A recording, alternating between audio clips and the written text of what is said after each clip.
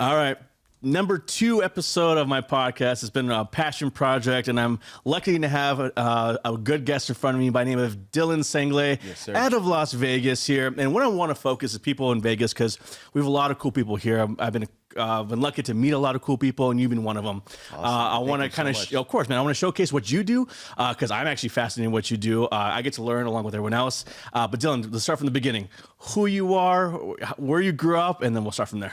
Hey man, my name is Dylan Sanglay.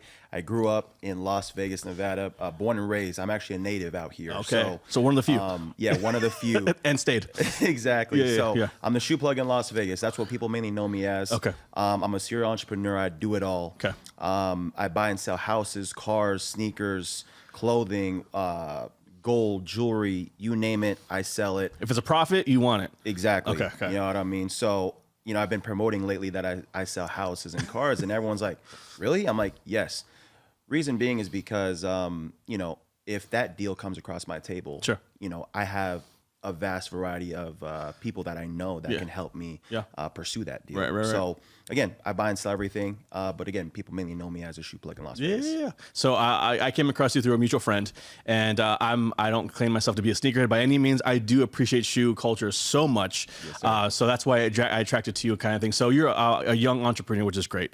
And one thing I want to showcase in Vegas is that this is also an entrepreneur city, a very tax-friendly, business-friendly entrepreneur state, and obviously you could have gone anywhere you want, but you decided to stay here in Vegas. Yes, sir. Yeah, and so I love Vegas, man. Yeah, I love Vegas. I don't think I would want to go anywhere else as of right now. Very cool. Maybe in the long term, wherever God will take me. But again, Vegas has been amazing to me, and I just believe Vegas has so much to offer. It does, right? So yeah, man. Yeah, that's why I'm here as well. I mean, I could go anywhere as well, and I've decided to be here. It's been good to me, my family, like you said. Wherever God takes me will take me, but I think I should be here too, which is good. So let's go back. So tell me, what got you into shoes? What does that look like? Man, so I started my business when I was 17 years old. Okay. Right. Mainly started just selling the clothes. Okay. Right, $5 to $10. What kind of clothes?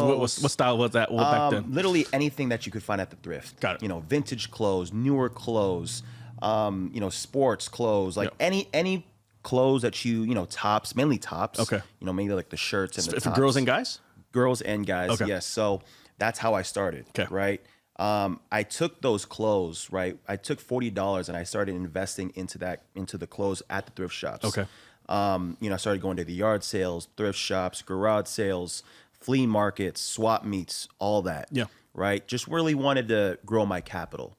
Right. Ever since I was a kid, when I was in 3rd and 4th grade, I used to sell little knickknacks, right? Just to make extra money to buy like ice cream or food after school. Got to feed your addiction. Exactly. So it has always been a passion of mine to sell. Sure. Right. So, from 3rd and 4th grade, going into like middle school. And like I said, starting at 17, the business designer, which I ultimately created right now, or been running since, I was 17, has been, amazing, man. That's you know what cool. I mean? And then slowly but surely transitioning into shoes. Yeah. I've always wanted to get into shoes, but I was never really able to afford it. I bought my first pair of Yeezys when I was 18 years old. Okay. Right. And how much were those at the time? At the time, I didn't know how to negotiate. I didn't know how to. So you didn't go to a traditional store, brick and mortar? You went. One of my friends sold it to me for $200. Okay. Right. Okay. And again, like I said, I didn't know how to negotiate. So I was like, all right, $200. Yeah. Right. I ended up selling that shoe for $200. Okay. I made no profit off of it. Sure. But it was a learning lesson. Yeah. Early stages too, I got scammed. Okay. I got scammed for like I think $300, $350. How come? For a pair of Off-Whites. Oh, okay. Again, no education. Didn't know anything about shoes. Gotcha. Didn't know how to legit. So you shoes. didn't price it right then? Is that what happened, or you bought them over value? No, they were fake. Oh, yeah, the shoes were fake. Got it. Yeah, so you know what I mean. I ended up hitting up the seller. The seller blocked me, but it's funny because what goes around comes around. Yeah. A few years later, that same person hit me up, and he wanted to give me a refund for those shoes. Whoa. For the whole deal. How'd he find you? He had my number. Oh, okay. He just had to unblock me. Right, but he had seen me on social media. He found Jesus, and right? He had seen me on social media. Got it, okay. You know what I mean? I think that's really what it was, because that's when I started popping off on social media. Got it. And he decided to unblock me, and he decided to refund me that same day. I was like, wow. That's a good story. You know what I mean? Yeah. That's cool. I respect that a lot. Too. To go Me for too. years after and go, hey, you want to make it right? Maybe it was heavy in his conscience, and I appreciate that. So talk about social media. You have over 100,000 followers on Instagram right now, man. How long did that take you to get that kind of following? To be honest with you, maybe a year and a half to 2 years. That's awesome. Right? But of pure, consistent grit and grind. Yeah. I used to post 20 to 30 plus times a day. On stories or hard posts or a starting variety? on TikTok. Oh, okay. How many people do you have on TikTok? 310,000. Okay. There we go. And then YouTube, like 119 or 120,000 and stuff like that. Okay. But it all really started from TikTok. Got it. Right? TikTok is really the platform that took me to the next level. Gotcha. I used to post on Instagram before TikTok. Got it. I only used to only focus on Instagram. Got it. When I was in college, when I was in high school, one post a day, that was, mandatory to me. Sure. Right? But then one of my friends started going viral on TikTok. Okay. And then I started hearing Gary Vee talk about TikTok and like all these different influencers talk about What year TikTok. was this? This was year 2019. Okay. Late 20. That's about 6 years ago. That's a long time ago. Yeah. So, but started really going at it Yeah. in 2020. Got it. Right. Started doing content that I thought would go viral. Sure. Meaning, dance content, comedic content. Sure. Content that really wasn't me, even though I do have a sense of humor. Sure. People, my family think I'm funny. Yeah. It wasn't me. Got it. When I started talking about the content that I really wanted to talk about, which was the business, the sneakers, the entrepreneurship. Yeah. That's when I started seeing the growth. Got it. Right. So you found your tribe doing the authentic content. Exactly. Yeah. Exactly. Genuine content to me. Yeah. Right. Again, that's something that I've always had a passion for as a kid. Yeah. Right. I had to figure that out because I don't know if you know this, but I don't even think a lot of my own followers know this, but I wanted to become a doctor. No. My whole journey was to become a doctor. Was this family influence or is it on you? Or both? A little bit of both. Okay. I would say a little bit of both. Sure. Because I've always been around it all my life. I initially wanted to be a chiropractor. Okay. Right. Then I wanted to be in the NBA. Okay. Then I wanted to be So did I. a doctor. Right. Then now, ultimately this is what God's plan was. Yeah. Right. To be who I am now, an entrepreneur, a serial entrepreneur. Yeah. That is still figuring it out. Sure. Did you ever have a normal job? One normal job. What was as that? a medical scribe. Okay. Oh, so that was in the medical field. Exactly. Interesting. I followed a cardiologist. Okay.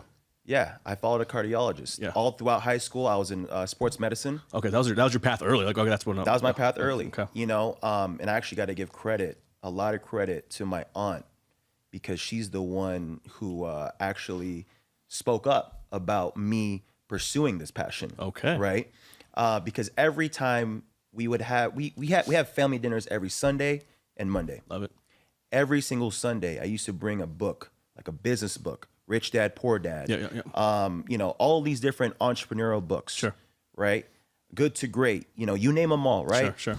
And she used to say, Dylan, I don't think that you really want to be in the medical field. I think that's what you want to pursue. And she pointed to the book, and I'm like, in my mind, I always knew I didn't really want to be in the medical field, but it's always been instilled in my mind, instilled in my brain, to be like, Dylan, you should be in the medical field. That's the only way to be successful. Yeah.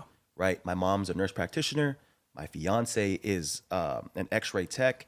Now getting into CT. Gotcha. Got a lot of aunts and uncles that are nurses and doctors. Yeah.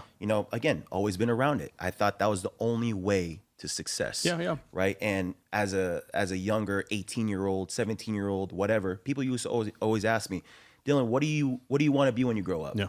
I used to always say, I want to be a businessman first. Yeah. And then a doctor second. Okay.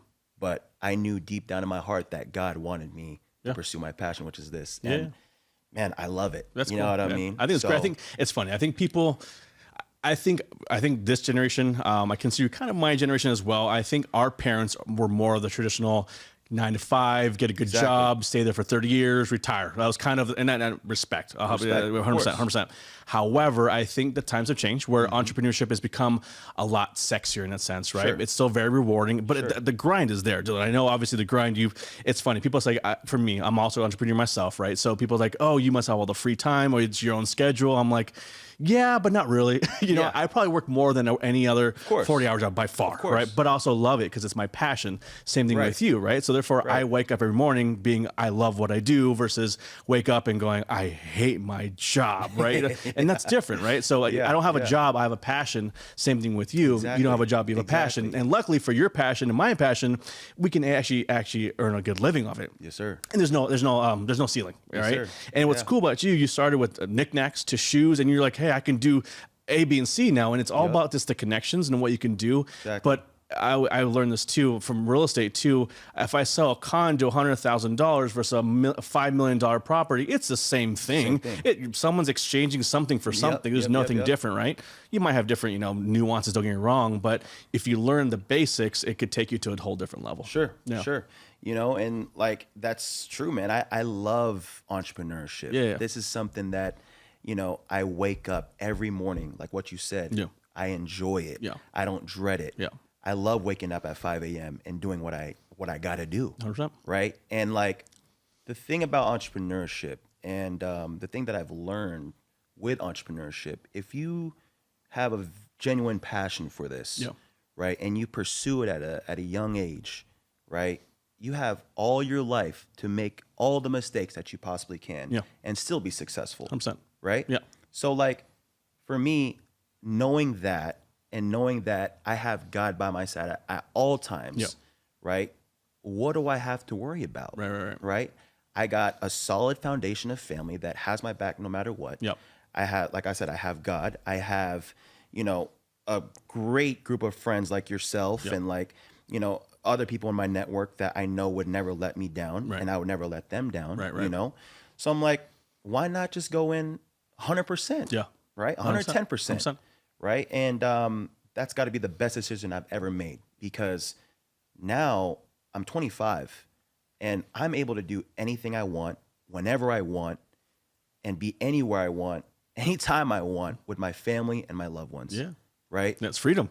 And how many people can say that? Oh, dude. How many people can say... You're probably 1%. Right. I mean, it's very, very low. How many people can say like, yo, let's go to Rose Bowl or let's go to Disneyland on a random Wednesday, on a random Thursday, when people have to be like, oh, hold on, I got to ask my boss.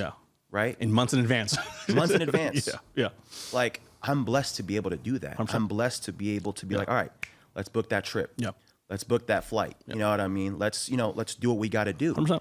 Right? And like, man, it makes me so emotional, man. Oh, good. You know what I mean? And don't get it twisted. This is also hard work, right? Very hard work. It's not like you can just do this every single day, right? There's a lot of hard work that allows you to do the things you do, right? But it's perseverance. It's a thick skin. But one thing I want to go back to, having that tight circle. I think something that you developed early in age, and I applaud you for this, is having a small circle, or not even a small circle, but having a tight circle of people who you respect in different industries. So therefore, you can also piggyback or ask questions because people you trust, okay?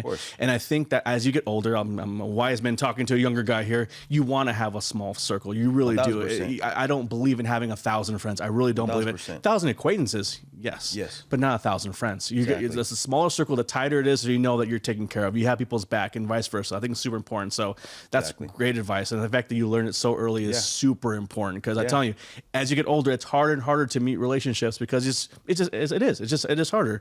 So if you can maintain those, foster those, and it'll take you so much farther. Trust me, brother. I've been betrayed by thousands of people, man. You know what I mean? And I believe, God has given me so much wisdom and knowledge to be able to, walk every single day in my life and know, okay, who are the real ones? Who are the fake ones? Who are the people that backstabbed me in the past? I forgive them, but I also have to move on. Right? I believe in having a small circle. But then I also believe in having a smaller circle. Kind of what you mentioned, right? You have those people that you talk to on a regular basis. But then you have those people that you, like, if anything hits the fan, those maybe 1, 2, 3, maybe 4 people that you're going to go to if that shit hits the fan. 100%. That's called your 3 a.m. friend. Exactly. Right? Who's going to answer that phone at 3 a.m. Exactly. Like, when you say your name, like, oh, I'm picking up. Not like, I'll call him tomorrow. Like, no, you got to have those friends. That's important. Yeah. Right. And that's the most important. Man. And it should be outside your family too. Let's be, that's important too. It could be outside of your family. It could be inside of your family. Realistically, man, it's all about loyalty. It's family to me is loyalty. Family's not blood. Family's loyalty. Because you choose. Yeah. Pick and choose, man. You know what I mean? There's so many of my family that doubted me. There's someone in my family that discouraged me. There's someone in my family that didn't believe in the vision. Right? But who cares? You know, as long as God put that vision in your mind, that's for you. That's not for anyone else. Right. Do you think you had a chip on your shoulder because you had doubters in your life? Did that help you motivate you and kind of get you to where you're at today? Because I know for me, I had always had a chip on my shoulder. So it's almost like a extra motivation, which it wasn't a bad thing as long as it doesn't consume you, of course. Did you have that with you as well? Oh, man, I love when people doubt me. Okay, there you go. I love when people that was the doubt answer. me, bro. Okay. Yeah. So, you know, like I'm going to bet on myself 100% of the time. Right? If I believe the decision in my mind is correct, I'm going to pursue that decision. Right? No matter what anyone else thinks. And, you know, again, like if God put that vision in your mind, that's the only thing that matters. You and God. That's it. You know what I mean? At the end of the day, I don't really care about anyone else's opinion. Right? If I believe that decision is right for me, then I'm going to do it. And what you do, because you are able to meet some high profile people for different ways kind of thing, how do you stay true to yourself and not get lost in the shuffle? Obviously faith is a big part of your life, which I love, but what else keeps you grounded? Well, obviously where I came from, right? I mean, my parents are some of the greatest parents that in the world. Very cool. Not even like, I'm not just trying to say that because they're my parents. Of course not. You know, but my family, like they gave me everything, not monetary, but they gave me all the skills and the tools that I needed at a young age for me to get to the next level in my life. Right. And I feel like that's really what keeps me grounded. Right. Not really like I said, I've seen the worst of it. You know, because when I was starting out, I used to give back to the homeless community. A percentage of what I made went back to the homeless community. Even with the little that I made, with the $5 to $10 clothes, whatever it was, any clothes that didn't sell would go back to the homeless community. So I've seen the worst of it. But I've also seen the best of it. Right. And you know, I believe God showed me both sides just to show me, you know, if you don't, you know, if you're not grateful and if you don't have some type of humility inside of yourself, what God gives you can also be taken 100%, away. 100%. Right. So yeah, man, like again, I've seen the worst of it from, you know, from downtown Las Vegas and like growing up on the east side.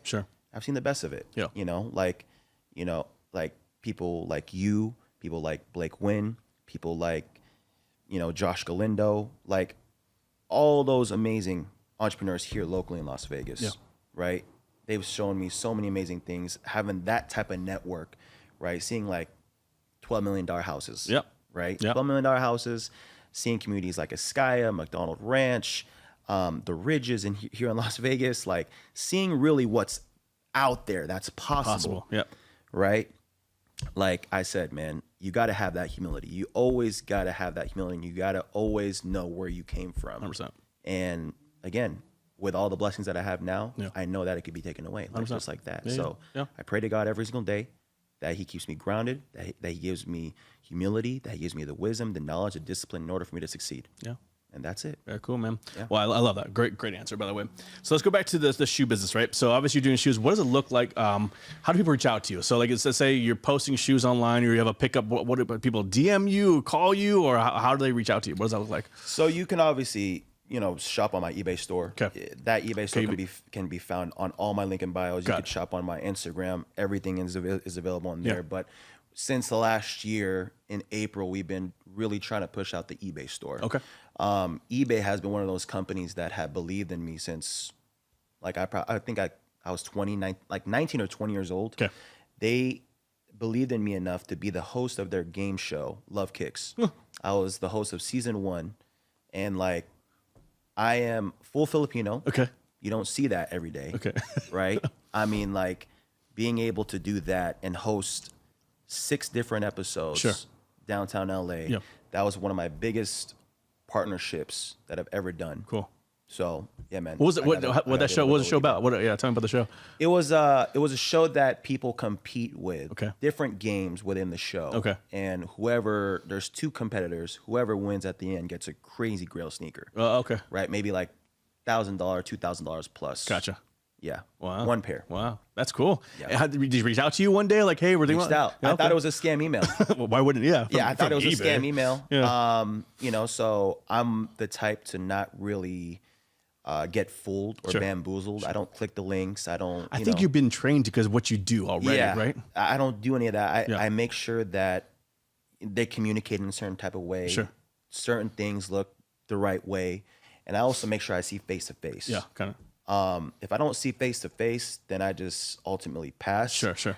I don't know if that's a good thing. I don't know if that's a bad thing. They were adequate and able to meet with me quick. Yeah. So that's how I knew it was legit. I talked to a legit person.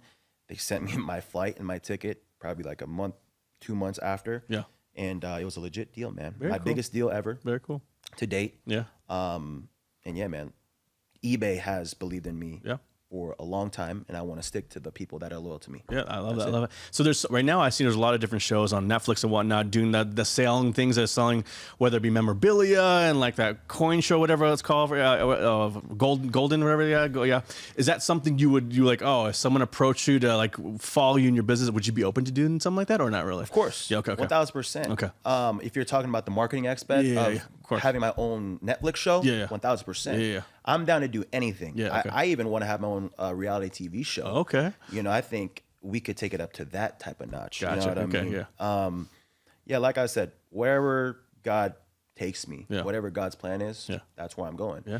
And like I believe that we can do so many big things with what I do. Yeah. And you know, with the people that I know. Yeah. So why not? Yeah, you know what I mean? I'm a marketer at the end of the day, right? I mean, the things that I sell, the things that I promote every single day. Yeah. Like that's how I'm able to eat. That's how I'm able to put food on the table. Sure. So are you you seem like a social person. Have you always been social, or is that something you kind of grew over time, or were you quiet? I hear funny stories. Like people are like, oh, like I didn't come out of my shell till this time, or this. Tell me what that looked like for you. Always been social. Okay. You know, it's funny. I used to get in trouble because I was so social. Yeah. In middle school, my teachers used to put me in detention because I talked so much. Yeah. And I don't know. I don't think that when I have my own kids, I don't think I would put them through that system because what system? I want them school? to be. No, I mean like the strict like private school system, you know what I mean? Like I get it, right? Having, you know, having friends and talking when you're supposed to talk, but you know, when I was talking, it was during the times that the teacher wasn't talking or when we had like free time or whatever it was. But I used to like be social. I used to hug friends. I used to give handshakes and like there was always like a PDA rule, you know, like, so I don't think I would do that to my own kids. I want my kids to be outgoing. I want them to be independent and I want them to hold their ground no matter what. Yeah. So that's cool. So everything we see on social is authentic. It's you in a nutshell. You're not faking anything anymore. This is all that's no. And I think that's never important. Faked anything. No, that's good. And I think it's important. You know, it comes back to authenticity, right? Yeah. So I truly believe in this. If I see you today, met you in person, and I looked at your social, I'm gonna go, oh, that's the same guy. Yeah. Versus like 1,000%. I met Dylan and I saw I don't know who that guy is. So I mean, it's totally. You know, I mean, that's it's nice. It carries over, right? It's consistent, right? And that's when you create those relationships. Like, dude, Dylan's a good guy. I met him in person, saw him on social, saw him on eBay show. He's across the board the same individual. Yeah. And I'll tell you, I mean, you probably agree. It's not all every day you come across that. It's you know, people are fake personas. It's hard to communicate. It is. It's hard to communicate what you genuinely want to say. 100%. That too. Right. And it takes time and skill to understand how to do that, right? It takes time. Yeah. That's what it is. And also with what you do and I do, we meet different personalities, right? You're going to meet someone who's highly experienced in buying whatever, and also not very experienced, right? On both spectrums. So knowing how to tailor your communication, you're mirroring them as well, so they feel comfortable with you too, right? Exactly. And that takes time. I'm sure in the short time that you've been on this earth, you've been able to establish that really quickly, which which is awesome, which is impressive. And so you're only going to grow from here. Exactly. Did you have any mentors growing up besides the great parents kind of pushing you, or at least, did you have anyone you look up to in what you did or doing? Short term, yes. Okay. I had a lot of great mentors that I looked up to. Yeah. I had a substitute teacher by the name of Greg Ross. Cool. He actually was one of the teachers that was super cool, down to earth. He helped me with a lot of different things early on. He helped me get onto different news stations. He helped me compete into different business competitions. And, I got to give a lot of credit to him too. I mean, like, even though I've known him for a short term, and you could kind of consider him a mentor for a short term, maybe like during my end times of high school. Sure. I've learned a lot from him. He has a lot of wisdom. Yeah. I know people like, Blake, that he's my age. Yeah. Different peers that inspire me to go to the next level. Yeah. Anyone can be a mentor, honestly. Realistically, anyone can be a mentor. You don't have to be labeled a mentor, but anyone you can take advice from, people that you respect, can be a mentor in itself. Yeah. So, yeah, man, I have a lot of people in my network that I look up to. Very cool. And that I pick and pull different advice from. Yeah. And I just use it in my life. Yeah, I love that. I think it's important to have something either to aspire to or take parts and pieces of individuals, and to create the ultimate Dylan is also cool too. Or like, oh, I love how he did that. Or I love how she did that. And then you go like, oh, I want to adopt that. Of course, if it's true to yourself, do it. And that's great, right? Right. You're ultimately always building your toolbox. I mean, you're literally always building your toolbox to be the ultimate you possible, and never ever say I'm done learning. And that's impossible, right? Because the market changes, styles change, the demand changes, and if you learn how to be adjustable and malleable, that's so important too. And I think especially what you do with fashion, I mean, it changes constantly, right? Whether someone gets canceled or a new design comes out or a new brand, you got to know what's up. You got to know what's up, and then and I'm sure every day you wake up and go, all right, what's hitting today? What's it going today? And be on top of it, right? Exactly. So what is let's talk about back to shoes, because obviously that's what you kind of started, kind of thing. Is there a certain brand and style you really appreciate more than others, or is it all like just equal? Well, my number one brand is my own brand. Oh, I love it. Right. Number two, I don't discriminate. I will buy and sell a brand regardless. Nike, Adidas, Reebok, Hoka's, On Clouds, Asics. I buy and sell it all. And I promote that I buy and sell it all every single day. So if anyone got shoes for sale, if you got shoes for sale, if you got shoes for sale, anyone got shoes for sale, I buy the whole collection. I'll go to you. I'll cash out the whole collection, man. So are people ever surprised when they go, hey, I'll buy it all? Or I mean, they are surprised. You know what I mean? At the beginning of this year, I did the most buying I did than I did the whole year last year. Oh, bro. At January 20, like maybe January 20th. I don't know the exact date. Maybe January 20th, 2025. I bought 500 pairs. And then a few weeks before that, I bought 50 pairs. And then just months after that, people just kept selling. So I was like, all right, wow. I liquidated a lot of capital. And I deployed a lot of capital for me to just go crazy this year, bro. We're going to go crazy. And we ultimately, it's what, April? Right? We're going into May. Second quarter? Yeah, man. So we're going crazy, bro. That's awesome. That's awesome. Buying, selling wise, everything. I remember we went to an event together, and I was you actually bought someone's shoe off their feet. How many times? How many times have you done that? For the content, we've done it. We've done it here and there. Maybe like max, maybe like 10, 12 times, bro. We don't do it all the time. But it's good for the content. Okay, gotcha. Right, buying someone's shoes off the street, buying someone's shoes off, at an event, like what you said. At the end of the day, bro, it's for the content. It's fun. It's always fun like that. Cool. You know what I mean? I love it. Yeah. The unexpected content. So yeah, I think content is huge. Buying shoes off people is good. Do you ever buy the shoe like if they're on their feet, like, oh, I really don't want them, but it's for the content? Or you feel like, oh no, this is me profitable still. If I know that it will be good content, like I will analyze it and I'll be like, okay, like if it's a weird shoe, sure. Like I'll do it. Okay. You know what I mean? Like I literally bought some feet shoes at Rose Bowl. I don't know if you saw that. No. But like those big plastic ones, or what? It's an Imran Potato feet shoes. So literally, if you have like a pair of pants, like what I have on right now, it'll literally look like you're barefoot. Oh, wow. And I paid $40, and it was the most where I think the video right now has like 30,000 views. Jeez. You know what I mean? But ultimately, that will attract different sellers, buyers, whatever it is. Again, it's all about marketing, 100%. right? There's also a video where a lot of people discriminated me. A lot of people were like, you know, why would you do that? They will never buy from you. But it was during a Team USA basketball practice. I think it was maybe a year or two ago. Is it Thomas Mack? Thomas Mendenhall, okay. to be exact. Okay. And I was passing out my business cards to NBA basketball players. I said, hey, Brennan Ingram, you know, Josh Jackson, I forgot. There was a bunch of NBA players that I gave business cards to.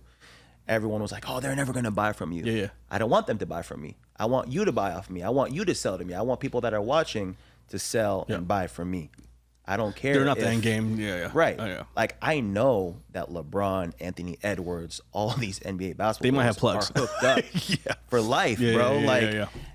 At the end of the day, that video, every time I post that video, minimum, it gets 40,000 views. Wow. Minimum. Wow. At minimum. Wow. So, and every single time I post that video, I always get new business. Very cool. And that's what I love. Very cool. Right? And it's not even paid ads. There's no paid ads on it. There's nothing. It's an organic video of me hustling and promoting my business. That's great. Right? That's great. Like, at the start of this podcast, what did I say? I'm the shoe plug in Las Vegas. That's exactly what I said to those same NBA basketball players. I'm the shoe plug in Las Vegas. So that's my brand. That's what people know. If you did that once, have you come back to see anyone again, and do they recognize you the second time, or does anyone recognize you? Well, obviously, like, for example, those NBA basketball players. Sure. When do you ever see that? When do you ever see those guys again? Not much. Now, if you go to a CPT, Celebrity Poker Tour, then that's when they recognize you as a shoe plug. Ray J recognizes me as a shoe plug. Dwight Howard recognizes me as a shoe plug. Right? All of the different players at CPT know me as a shoe guy. Right? So, you know, maybe at the next CPT, I might wear the feet shoes. You should. And you're gonna be like, well, you don't got shoes on. You know what I mean? Do, so, but again, it's really cool. And like, to answer your question, those type of people, the ones that I see and build rapport over time, they recognize me as a shoe plug. That's super cool. So, and then, so you meet a bunch of people, and so I guess your phone, just tons of contacts. And then so when you get new items, do you text people individually like, hey, I got this new shoe? People, so there's no orders, or they just come to you? Yeah, they just come to me, bro. Okay, very cool. So like, I organize my contacts like, I'm OCD, bro. Okay, Like, you, JD, real estate, met here at this time. You know what, bro? Like, I'm very, very descriptive. Very cool. You know what I mean? So like, if I type in sells, SELLS, I have a whole list of people that sell to me. Gotcha. If I type in buys, I have a whole list of people that buy size 14 shoes, size 11 shoes, size 12. Right? That's crazy. If I have and you don't have a database? It's all on your phone? It's all on my phone. That's brother. crazy. So in our world, we have a CRM. So that's crazy. Man, you better back that phone up. iCloud. Okay. iCloud. Okay, good. That's important. Okay. So, but yeah, man, like real estate. If I need anyone in real estate, I got a whole list of people in real estate. You know what I mean? That's how I organize everything. And I think anyone watching this right now, they should do the same exact thing. 100%. Right? Because there's multiple Dylans, there's multiple JDs, there's multiple Joshes, there's multiple Johns, whatever it is. Right? How are you gonna identify who I am? Dylan, the shoe plug in Las Vegas, whoever it is. Right? And I'll tell you, as a real estate agent, we do the same thing where we meet clients, and whether we met them in a house, a certain house, or open house, or whatever, we have a nickname for them, right? To trigger a memory. Like, oh, I remember. I mean, because to your point, how many Ricks and Steves and Johns? I mean, all the time. I mean, to even get to the next level too, with that, you can even take a selfie with them because you will never really know. Like, I'm so good with faces. Right? So like, if you meet someone that you believe you guys will be able to build rapport over time and build value, one way and the other, right? Take a selfie with that person. That's a good point. That's a good point. That's a good point. Add it as your contact photo. That's funny. Have that title, have where you met them at, all that stuff. I like that idea. So I can tell my clients, like, hey, let me take a quick picture with you. Might as well. I mean, you know what I mean? It's cool. That's funny. That's smart. And I think it's good. I mean, that's another great idea. I mean, because you come across probably more people than I do for what you do. So it could get it can get a lot, right? Yeah. It's overwhelming, repetitive. 100%, Yeah. right? Yeah, So for sure. I could see that as, it's a great system that and I think everyone has a different system in themselves that work for them, and that's fine. And and everyone's got, like, people who for what we do, we have a CRM, it's all digital. People have literally a notepad only, but they kill it. So of course, kudos to them, right? Everyone's got their own system, and I that's gotta have it on my phone, brother. I gotta have my phone, my computer, something, bro, like that I'm able to just type it in, because going notebook, page after page on a notebook, that would drive me insane. And people like the sticky note people, so that drives you nuts. Oh man, I used at the beginning of my entrepreneur journey to keep track of sales. I had a whole book, like a notebook. Sure. Of I bought it for this much. I sold it for this. Oh, like much. a ledger. Yeah. Like an actual written notebook that I got from the Dollar Tree. Oh, okay, nice. Yeah, like I still have that book at my parents' house. That's cool. I recognize all of my very first sales. I think I could find it somewhere in my parents' house. That's cool. That's your history right there. It's history. It's history. That's dope. I have my very first receipt of the $40 I spent at Savers. Oh, very cool. Very cool. So cool stuff like that. Yeah. You know what I mean? You also you did a book, right? Yeah. Yes. I wrote my own book. Yes, you wrote a book. What age were you when you wrote your book? That's got to be like 2-3 years ago, brother. Okay. Like 22, 23. And then what made you write the book, and what is it about? I wanted to provide value to my audience. Okay. Everyone always asks me, Dylan, how do I make money selling sneakers? Yeah. Well, why not make a book out of it? Yeah. Initially, it was an ebook. Yeah. Okay. And I was like, man, I got to find a manufacturer to have a physical book. Yeah. Because this will be like the Dylan Sanglay NFT. Okay. Right? Like that's how I promote it on my eBay Lives. That's funny. If you have this book, you will be entered in for a free giveaway until further notice. Sure. For a $500 pair of shoes every single month. Yeah. And all you got to do is buy the book once. Yeah. $25. Yeah. You know what I mean? Yeah. So like that has been amazing. I seen you give it out to people, and you sign it and everything for people too. Yeah. I sign it. I give it out to people. I make content with it. I use that as a mic. Marketing. Brother. Okay. Cool. And how long did it take you to make the book? Took me maybe 3-4 months. Okay. I had to write it. I had to design it. Yeah. I had to work hand in hand with my manufacturer. And now you can plug it in ChatGPT and it'll write for you in 2 seconds. Yeah. I mean, I look at that book now. There's, I believe there's 19 pages. Okay. And I do see some like different errors where I could have, went better on the wording or the grammar. Sure. But it is what it is. No, that's good, man. I'm stay tuned for the next one. That's okay. I think that's great that you actually did the initiative and actually made it a thing, right? You went from an idea to a tangible item. Exactly. Not a lot of people can get to that level. Exactly. People have ideas, and that's where it ends, right? It's the fact that you made it and complete it all the way through is huge, and that's something that maybe not be your best work because you're learning, you're still growing in itself. But I think something you should be proud of, like cool. 1,000%. And Sneakers Money Bank, baby. There you go. That's and then to your point, and then to the next one, right? And so that's good. And I feel if you do a next one, it's going to be not just about shoes. It's going to be about more entrepreneurs. Your first is always going to be the worst. Yeah. That's what first video, first book, first whatever, man. Because again, it's your learning process, right? Yeah. Like I have my shoes on right now. Yeah. These are my first shoes ever. What do you mean your first shoes? Like, I designed these shoes. Okay, gotcha. Those are sick. Right? The DS ones. That's awesome. Right? I had my own watch. I don't know why I didn't wear it. I was probably in a rush, but I had my own watch. Okay. I have my own merch. Like I only rock my own brand. Oh, that's so cool. You know what I mean? So like everyone hates these shoes. I love them. Why do people hate them? Haters. Oh, jeez. Haters, bro. Jeez. But I love them. They're my first ones. Like they could be better, of course. How could they hate on something you created? That's so sad. Who cares, brother? That's so sad. It's just so weird to me. I don't understand. To your point, there's just a lot of haters out there. Yeah, that's cool, man. It's the DS ones, bro. That's two pairs out in the world right now. Oh, really? You know what I mean? There's like two pairs? Yeah. Where's the other one at? My house. Oh, okay. Okay. In my living room. Okay, cool. I could see it every time I watch TV. Oh, very cool. With my book next to it. Very cool.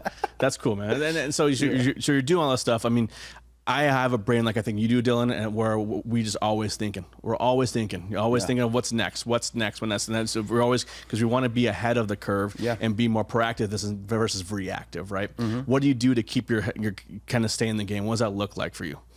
Well, number one, I always look at the macro. Yeah. Right. Yeah. I always look at what I've already done. Yeah. I'm the type of person that like what you just said, would always look to the next thing. Yeah. All right, next thing. All right, I reach 100,000, got to get to 1 million. You know what I mean? Like, but now, as I'm getting older and I'm getting way more wiser. Sure. I have to look at all of the blessings and all of the prayers that God already answered. Right. Because everything that I have right now, I prayed for so much when I was in my early stages, 17, 18 years old. Sure. Right? So like, it's so easy to look towards the next, but it's like, that will come. 100%. Ultimately. It will come. Yeah. Right? When the time is right, it will come. Right. But it's very hard to look at what you've already done. Right. And all the prayers that God has already answered. Yeah. And be grateful for that. Yeah. So makes sense. Yeah. I think so. You appreciate. I think that's another thing that you learned earlier in life, Dylan. Congratulations, is to actually live today, right? Yeah. And that's important too. And also be present today, and also be thankful for today as well, right? Exactly. Tomorrow's never promised for sure. That's a true saying. But I hear from a lot of people too, like in their 40s and 50s, like, oh man, what was you like in your 20s? Like honestly, I was just going so fast. I don't remember my 20s. I remember my 30s. But the fact you can do that and remember these times, because this is what's going to catapult you to the next level, and hopefully you feel gracious on what took place to get to that next level too. Exactly. And because there's trials and tribulations and struggles and wins and all that stuff, but hopefully you can bank it in. And lucky for you, you're on social, so you actually have a library already, right? You can actually, which is cool, and everyone can say that too. Everything that I've done, you documented the whole journey. You really do. I mean, so it's cool, and hopefully at the end of this chapter, you can like, dude, I have a really great video I can produce on this. It's huge. That's cool. I think we're lucky to be in that generation as well. Right. And I believe that I'm able to do that because of, the people that I surround myself with, number one, and like how I take care of my mind. Yeah. What do I put in my mind? Yeah. Right. There's a lot of information here. Yeah. But it's like, there's a lot of nonsense information that I keep out. Yeah. Right. Like I'm also able to stay focused on the present because of the fact that at an early age, I decided not to go out and party. Yeah. I decided not to go out and drink. And you live in Vegas, of all places. Right. I decided not to go out and do drugs. Yeah. Decided to hang around with a good group of quality people that are solid. Yeah. Right. And ultimately, those people I still connect with to this day. Huge. Right. So like, again, it's about what you put in here, and it's about what you put in to the whole system. Of course. Right. Yep. Like, yeah, man, like family, friends, acquaintances before used to always try to get me out of the house, try to take me off track. Dylan, you were working too much. Let's go out to, go to the club, go to the party, like, no, let me do what I got to do, man. Do what you got to do. Do what you want to do. Let me do what I want to do. No, that's good. And I think me being true to myself and me sticking to that has ultimately got me where I am today. That's huge. I also think, I believe in wholeheartedly, Dylan, you have that brain that even if you veered off to the left, you would end up coming back. Of course. I believe in that. But hey, why waste time going off the track when you can continue to track straight forward? That has never been my mojo, though. Yeah. Like that has never been something that I really wanted to do. Like I get invited to a lot of networking events. Sure. But if a networking event turns into like a party, sure, like I'll just leave. Like I know when to leave. I know when to stay. I know when it's valuable. Yeah. And I know when I want to meet certain people that I want to consistently build a rapport with, like yourself. Yeah. Right. Like during our first meet, it was probably like all right, 1, 2, what is your name? What do you do? Whatever it is. Right. Next meet, boom. Now we're like brothers. Yeah. All right. Next meet again, boom. Yeah. Like we're just like talking, like we're flowing so easily. Right. Now maybe there's like our 5th, 6th, 7th, maybe time that we've met, and we're flowing on a podcast. Yeah.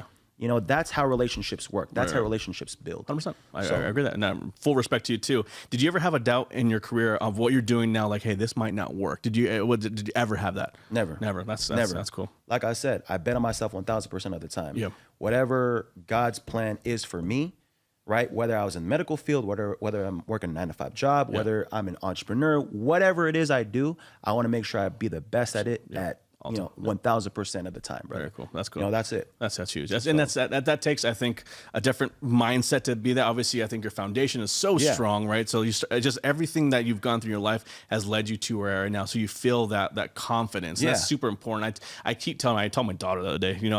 I give her lessons every single day. I'm like, confidence is such a huge component to success in life. I really believe in that. 1000%. You know, it's not being fake or lying to yourself. You're good at something, but being confident in what your skill sets are, your God-given talents are, kind of thing. And I think that's what I can, if any advice of like, hey, find that natural talent that you've been given, and if you can capitalize on any field, run with it, because it ends up becoming a God-given talent, ends up becoming a passion because you're so good at it, right? And it turns into a career, and it turns into something way bigger than what you had thought it would 100%. be. You know what I mean? Like being confident and also being true. Yeah.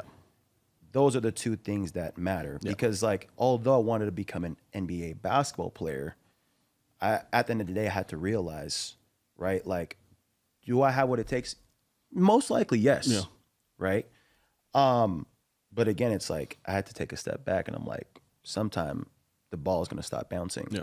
Right. So it could be due to like an injury or whatever it was. Like, you know, like, but again, I found my path. Yeah. And I think I found myself, I found my path, and I'm so grateful for that. That's cool, man.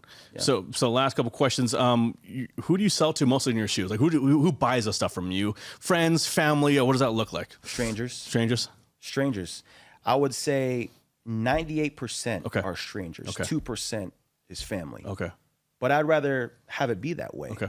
Because 99% of my family always ask for discounts, always ask for free items. Why would I want to do that? Why would I want to build a business where I'm making 2% or where I'm making my initial costs on that item back? Right. But there is an exception though. Sure. Right? My mom, my fiance. Yeah. Those out of every single one of my loved ones, my family, they will pay my price. Yeah. They don't care. They won't. I will always give them the option to give them a discount and pay my cost, because that's what I do. All my family and friends, I let them know. So you cover whatever my cost is. That's your cost. If you like a pair of shoes on my page, on my store, that's your cost. Got it. I don't care if that shoe is like $1,000. I'll sell it to you for $500. Got it. Right? Because again, I care for you. Got it. And at the end of the day, right, like we're building that rapport. Right. So like, again, my mom and my fiance, those are the two people that support me a lot, and they don't care about a discount. Yeah. And that's how it should be. That's cool. Right? Realistically, if you go into a Louis Vuitton, any of these people, right? Any of my family, aunts, uncles, they go into a Louis Vuitton and Nike, do they ask them for a discount? Do they try to negotiate a price? Probably not. No. Here's a check, add the bag, checkout. Yeah. Right? Yeah. With me, it's different with me now, because you're my cousin, or you're my grandson, or whoever it is, right? Give me a discount. Yeah. Why? Yeah. I think it's funny. I think the closer people who know you and respect what you do are never going to look for a discount, because they know that's what you do that's your livelihood, right? It's like, why would you take money out of my pocket? This is what I do. I don't go to your job and go, hey, give me a discount. That's not. It's different. Yeah. And I do the same thing, right? I support my friends and family sell homes, buy homes, right? Yeah. And the ones who I love and respect me are never going to say, hey, give me a discount. I mean, they don't. Like, I know your talents. I know what you're good at, and you're going to do best for me, and that's what I want you to do. That's the same thing with you. But then at the end of the day, too, man, like I'm a very giving guy. Yeah. So it's like, of course, I feel so like I'll feel so bad within myself if I don't give them that discount. Yeah. So it's like, man, it just that's just who I am. No, for sure. You know what I mean? So like, if someone does ask me for a discount, I will give it to them. Yeah, you're not an asshole, right? You're gonna be like, hey, right. If we're that close and I can take care of you, or it's a win-win, exactly. I'm gonna do that. Yeah. Exactly. Yeah. You know, if there's an opportunity where I can just gift them that item, and my cost was so low, or even if my cost was high, sure. And I know that person needs it more. Yeah. Here you go. Yeah. Here it is. But like, I'd rather keep it the way that it is right now. Yeah. Strangers, 98%, family, 2%, because at the end of the day, we're here to make money. Yeah, we're here to build a business. 100%. We're here to get to the next level. 100%. And that's the only way we're going to be able to do it. Yeah. So that's a great thing where people can hear too, like, hey, whatever, if you are in sales, people are going to ask for discounts always. And that's just kind of, that's the nature. And I get it. That's kind of what we do as a nature. However, if you really respect the person you're asking for the discount, understand their livelihood. That's what they do. Obviously, they also have to service you. They have things to do. It's not just you know, they don't. Yeah, it's that's important to understand that. Yep, No, I like that. Couple quick questions, man. So you're in the shoe game. So what's your favorite pair of shoe? Do you have a favorite pair of shoe? These right here. Yeah. Okay, so besides, no, that's cheating. Besides those ones, what else do you like? The Red Octobers. Okay. Realistically, the Red Octobers. Have you had a pair? Yes. Do you have a pair now? I recently just completed my full dream collection. Okay. 2 days ago. Okay, if you don't know what that is, it's created by Yeezy, Kanye West. Kanye West. Yeah. It was a limit. How many is a limited? What? Very limited. We have one drop. Brand new. It goes for $26,000. Oh, $26,000. These are red Octobers. They're all red. They have a strap on it. I wish. Yeah, probably has a strap on it. They're high tops as well, and they made 3 colorways. Yeah. Yeah. So you have the gray pair, black pair, red pair. Yeah, that's right. Red pairs, off the charts. I don't. Everyone's like, oh, Yeezy stuff is going to go down. And it has, because of all the crazy stuff Kanye has been doing. But that still has been a shoe that I've always wanted as a kid and that, I was never able to afford. Cool. You know what I mean? So, like, I just completed my last pair, which I say it's my last pair, but I don't think it's going to be my last pair. The Kobe 8 the Pro pair that just came out. I got my size in that. Nice. So, like, from now on. You're good. We're just gonna keep stacking on some more DS1s, DS2s. I gotta call me a pair of those, man. Bro, Let's go. Yes, sir. Very cool, very cool. And then anyone you've met, you've been lucky to meet a lot of cool people. Anyone who was like, wow, this is unbelievable. I'm actually talking to this person right now. Dwight Howard. Yeah. Dwight Howard. Superman himself. Yeah. Yep. Because when I was 12 years old, I actually wore the number 12. My first number. I won a middle school championship in the number 12. And the reason why I had number 12 was because Dwight Howard used to call himself D12. Okay. D12. Okay. That's what he used to call himself. So my name was D12 D Beast. That was my Instagram name. Okay. So I had number 12 because of Dwight Howard. Yeah. My first pair my first pair of basketball shoes was a pair of Dwight Howard's. Wow. His Adidas signature shoe. Wow. And I was able to tell him that story. Oh, that's cool. In person. That's cool. At CPT. That's awesome. And I think those people really appreciate those stories, right? Like, that's super cool, man. I think that's great, man. But like I said, man, it's an honor to have you on this podcast. Dude. You're obviously, you have such a bright future, my man. I'm very excited for where you're headed. And I think this is just the beginning. I really do. I'm glad to see the journey of what you're going to do here. So on the link here after the podcast, we'll put your link to find you on your eBay store, your social media, kind of follow them, cool videos, whatnot. Is there anything last you want to say, man? Hey, man, just support me on all social media platforms at Sanglay. That's it. Let's do it, man. All of the pages that you need are in the link in bios. All right. Add to his thousands and thousands of followers. He's a big deal, man. I appreciate you, man. Thank you for coming. Yeah, of course. It was a pleasure.